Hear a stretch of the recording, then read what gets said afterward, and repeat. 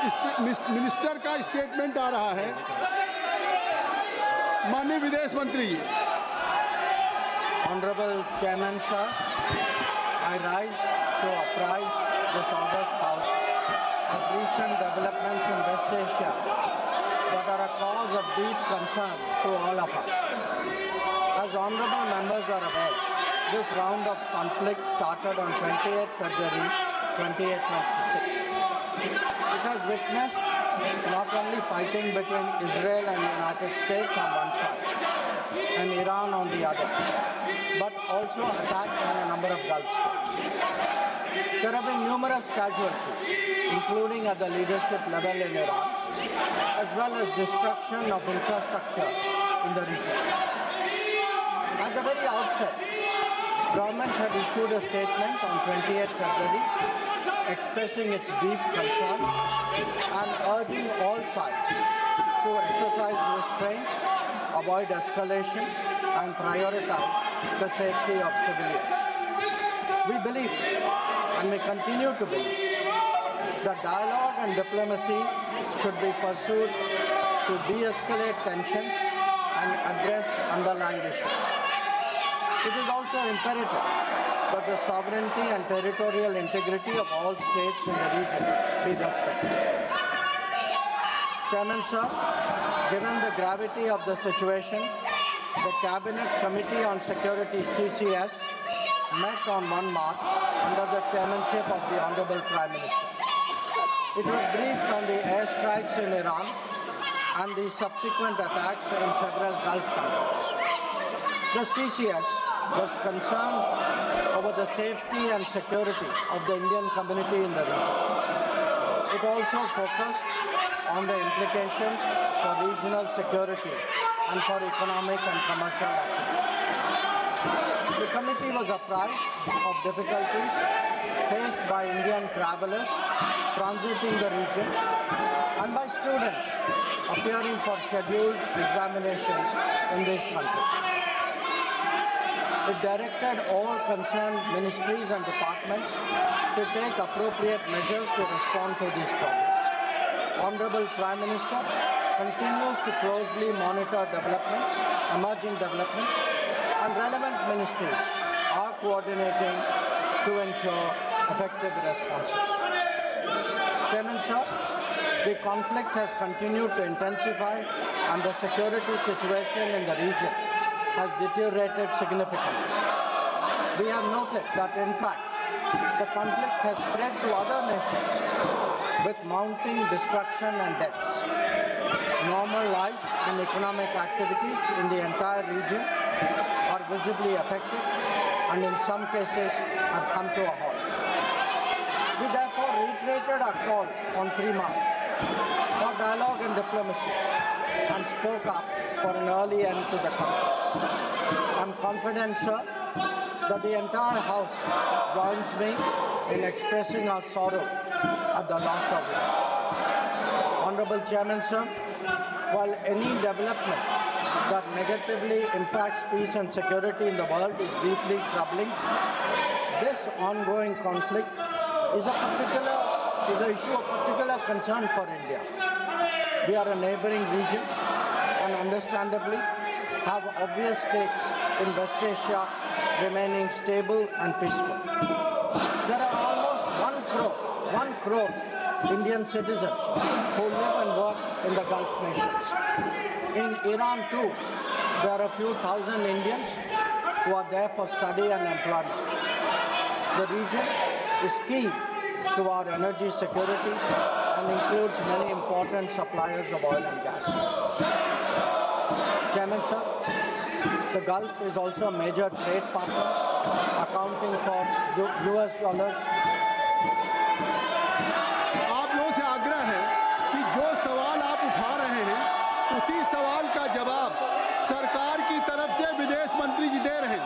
अगर आपकी चिंता है कि भारत के लोग गल्फ में हैं, भारत के लोग ईरान में हैं, मिडिल ईस्ट में हैं, तो क्या कार्रवाई सरकार कर रही? आप क्या परिचय दे रहे हैं? अगर सरकार की तरफ से आपके उस चिंता का स्टेटमेंट आ रहा है, आप आपके इशूज पे स्टेटमेंट आ रहा है, तो मैं आग्रह करूंगा कि आप लोग सदन को कृपया सुचारू रूप से चलने दें। आप सुनिए, माननीय विदेश मंत्री जी जो आप सवाल को उठाना चाहते हैं उसका जवाब दे रहे हैं, स्टेटमेंट दे रहे हैं। आप सुनना नहीं चाहते, पहले से प्ले कार्ड लेके आए हैं। ये प्ले कार्ड लेके क्यों आए? कई बार अध्यक्ष जी ने कहा प्ले कार्ड लेकर के सदन में नहीं आया जा सकता, फिर भी आप तैयारी के साथ कि सदन को नहीं चलने देना। माननीय विदेश मंत्री Chairman sir, the Gulf is also a major trade partner, accounting for US dollars 200 billion almost annually of trade. The House is also aware that in the last decade there have been significant investments from the region into the Indian economy. Therefore, the serious supply chain disruptions and climate of instability that we perceive are indeed serious issues. Furthermore, these include attacks on merchant shipping, where Indian nationals often constitute a large proportion of the crews.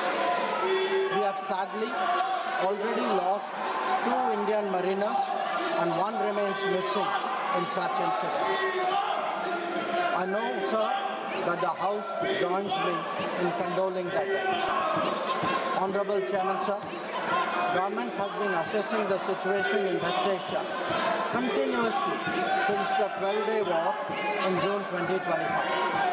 We noted the indications of growing tension and cautioned the Indian community in Iran accordingly. On 5 January, Indian nationals were advised by the Ministry of External Affairs to avoid non-essential travel to Iran. Those already resident there were urged to register with the embassy, exercise due caution, and monitor embassy website and social media handles. A second advisory was issued on 14 January, reiterating the advice to avoid travel in even stronger. The Directorate General of Shipping Mumbai, in parallel, issued its own advisory on 14 January for Indian seafarers, asking them to follow embassy advisories and avoid unnecessary movement or shows. Recruitment and shipping companies were asked not to deploy or send Indian seafarers to Iran. Chairman sir, reflecting our assessment of the evolving situation, the Indian Embassy in Tehran issued an advisory on 14 February urging Indian nationals, including students, pilgrims, business persons and tourists, to leave Iran by all available means of transport, including commercial flights. They were asked to contact the embassy for any assistance and provided with 24/7 helplines. This was again reiterated in very strong terms through another advisory on 23 February. Some heeded these advisories and have left the country. However, many others have disregarded them and remain in Iran. We are also in touch with fishermen who operate out of Iran. This, sir, was the situation till 28 February 2026. Honorable Chairman, sir, once the conflict commenced, the Indian Embassy has facilitated the relocation of several Indian students in Tehran to places outside Tehran. An advisory update with emergency contact helplines was issued on 3 March. Similarly, facilitation was extended to pilgrims who were there in Iran for their internal movement. Indian nationals who were in Iran for business purposes were assisted to cross over to Armenia and to return home. The embassy in Tehran remains fully operational, I should say, in fact, on the highest alert. They are totally committed to supporting the Indian community in this difficult situation and in assisting Indian nationals who may wish to cross international borders. Where seafarers are concerned, the Directorate General of Shipping, through an order on 2nd March, constituted a quick response team for immediate response, coordination and support functions. This will function on a 24/7 basis. Honorable Chairman, sir, I would like to inform you that every Indian embassy in the region has similarly issued advisories. This is so with Israel, UAE, Bahrain, Qatar, Kuwait, Saudi Arabia, Iraq, Many of them did so on the 28th of February. Israel did it again on the 1st of March. Many of them again in the Gulf did it on the 5th of March. Saudi Arabia did it on the 8th of March. So this has been a continuous exercise. The MEA has set up a dedicated special control room to monitor the situation and respond to queries from those affected as well as their families. Our last update was issued on the 7th of March. Chairman, sir, I would like to inform the House through you that our diplomats are working hard to assist stranded transit passengers in hubs like Dubai, Doha and Abu Dhabi. They have facilitated international border crossings for Indian nationals, including from UAE to Oman and from Qatar, Kuwait and Bahrain to Saudi Arabia.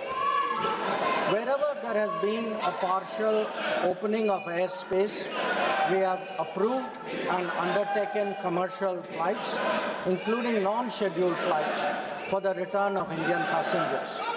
Our estimate is that about 67,000 of our nationals have done so as a result. So, the Ministry of Civil Aviation has also put out figures for the last 3 days. On the 7th of March, there were a total of 51 inbound flights operated by Indian carriers, 49 on the 8th of March, and there are 50 flights planned for the 9th of March. Chairman, sir, throughout this period, government has maintained close contact with relevant countries. Honorable Prime Minister has personally spoken to the President of UAE, the Amir of Qatar, the Crown Prince of Saudi Arabia, the Crown Prince of Kuwait, the King of Bahrain, the Sultan of Oman, the King of Jordan, and the Prime Minister of Israel. In each case, we received assurances that the well-being of the Indian community will be the priority for the host government. I have similarly been in close touch with my counterparts in these countries.